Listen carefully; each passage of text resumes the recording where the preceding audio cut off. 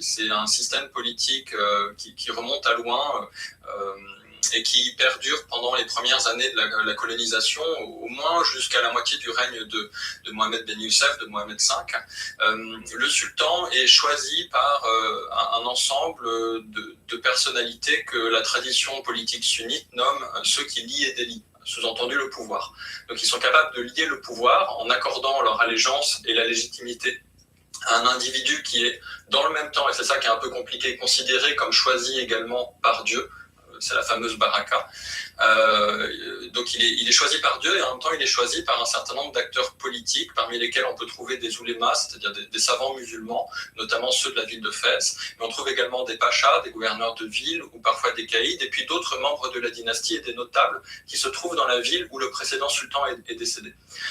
Donc on a un sultan qui est choisi et cette élection, car c'est quasiment une élection, même si en fait il y a toujours des rapports de force derrière, qui sont politiques, qui sont parfois militaires, n'est que la première étape d'un cycle de renouvellement du pouvoir qui peut durer pendant plusieurs mois ou pendant tout le règne du sultan, qui doit sans cesse demander ensuite l'allégeance non seulement de la ville qui l'a élu, mais ensuite des tribus, des autres pachas, des autres oulémas. Donc on a ce qu'on appelle des serments d'allégeance qui sont prêtés à ce moment-là au sultan du Maroc. On appelle ça une baya. C'est à la fois le document et c'est le serment d'allégeance. Et c'est ça.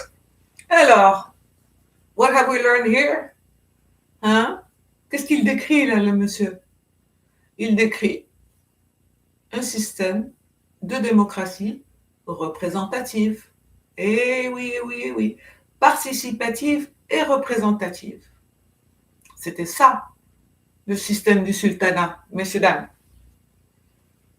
C'était ça. C'est ce qu'il vient de décrire, attention. Le choix des mots, je vais vous demander, s'il vous plaît. On fait attention au choix des mots, au placement des mots. La terminologie est très importante dans ce qu'il dit. Tout ça est en filigrane. Le narratif colonial est en filigrane de tout ce qu'il dit. Donc faites bien attention à la façon dont il décrit les choses, dont il parle des gens. Le ton passif, toujours. Vous allez voir. Je continue. Comme je vous ai dit, c'est la première fois que j'écoute cette interview sur Radio France. Mais j'ai écouté 2 autres sur d'autres podcasts. Et je vous dis, c'est copier-coller. Hein. Et ce serment d'allégeance, il ne vaut pas que au moment, en l'occurrence ici 1927, où il devient sultan. C'est quelque chose qu'il faut confirmer sans cesse à travers son règne. Exactement, c'est quelque chose qui doit être confirmé même plusieurs fois par an. Il y a des cérémonies qui ont lieu au moment des grandes fêtes religieuses, des 2 Aïd, le Mouloud. C'est une cérémonie qu'on appelle Hadiya, c'est-à-dire le don, le présent. C'est un moment où les représentants des tribus et les pachas viennent voir le sultan et lui rendent hommage lors d'une grande cérémonie dans laquelle le sultan est à cheval sous son parasol qui fait partie de ses régalias. Et donc on a une réitération de cette allégeance qui prouve que celle-ci en fait peut être solide mais surtout pourrait ne pas être. En fait, c'est ça qui est important. C'est une allégeance conditionnée. Souvent c'est conditionné à l'échange de la reconnaissance d'un pouvoir ou alors une fonction particulière, des privilèges particuliers. Donc oui, ça c'est vrai, je confirme. Et non seulement, ça ne s'est pas arrêté avec le protectorat quand ils sont partis, pas du tout.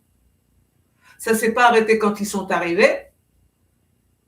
C'est ce qu'il a dit tout à l'heure. Hein. Ça a continué comme ça, parce que ce sont les traditions du pays depuis. Ce sont des traditions millénaires, dis donc. Ce qui vous décrit là, ce sont des choses anciennes. Des générations et des générations et des générations de Marocains ont fonctionné de la sorte. C'est notre système, n'est-ce pas? Démocratie participative, n'est-ce pas? C'est ça, et représentative. Et ça ne s'est pas arrêté à leur départ non plus.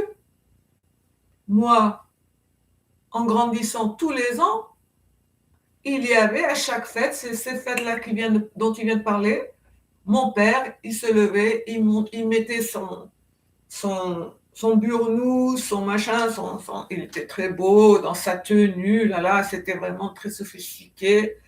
Et il descendait à Rabat, où qu'on soit, et ça passait à la télé, et tu voyais le roi, Hassan II maintenant, sortir comme son père avant lui, au méchoir, sur son cheval. Si, c'est vrai.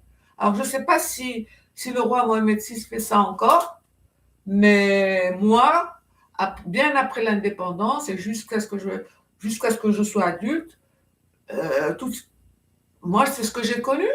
Oui, ça continuait, ça continue. Et je vous parie ce que vous voulez, je ne suis pas dans le secret des dieux, mais même si, je ne sais pas si cette tradition-là a été maintenue dans le pays, au Mouloud et aux autres fêtes, mais même s'il n'y a pas tous les apparats, tous les machins et tout ça, le principe fondamental de cette démocratie représentative et participative traditionnelle à la base, mais elle existe toujours. Elle existe toujours, peut-être sous une autre forme, peut-être plus discrètement, mais elle existe toujours.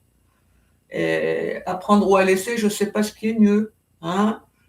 Le système français ou le système traditionnel marocain. On continue à écouter ce monsieur. Donc ça, c'est le système ancien et il perdure, il est préservé par les Français, notamment par le général puis maréchal Diotet, pendant toute la période du protectorat. Did you hear what he just said? Reste avec moi, Lulu, il est trop marrant ce con-là. Écoutez-moi ça, il a dit perdure. Le système dont je viens de vous dire qu'il est millénaire, génération, ma génération, qu'il perdure. Et il est préservé par les autorités françaises, voyez-vous, comme si on leur avait demandé la permission. On continue, écoutez ce monsieur.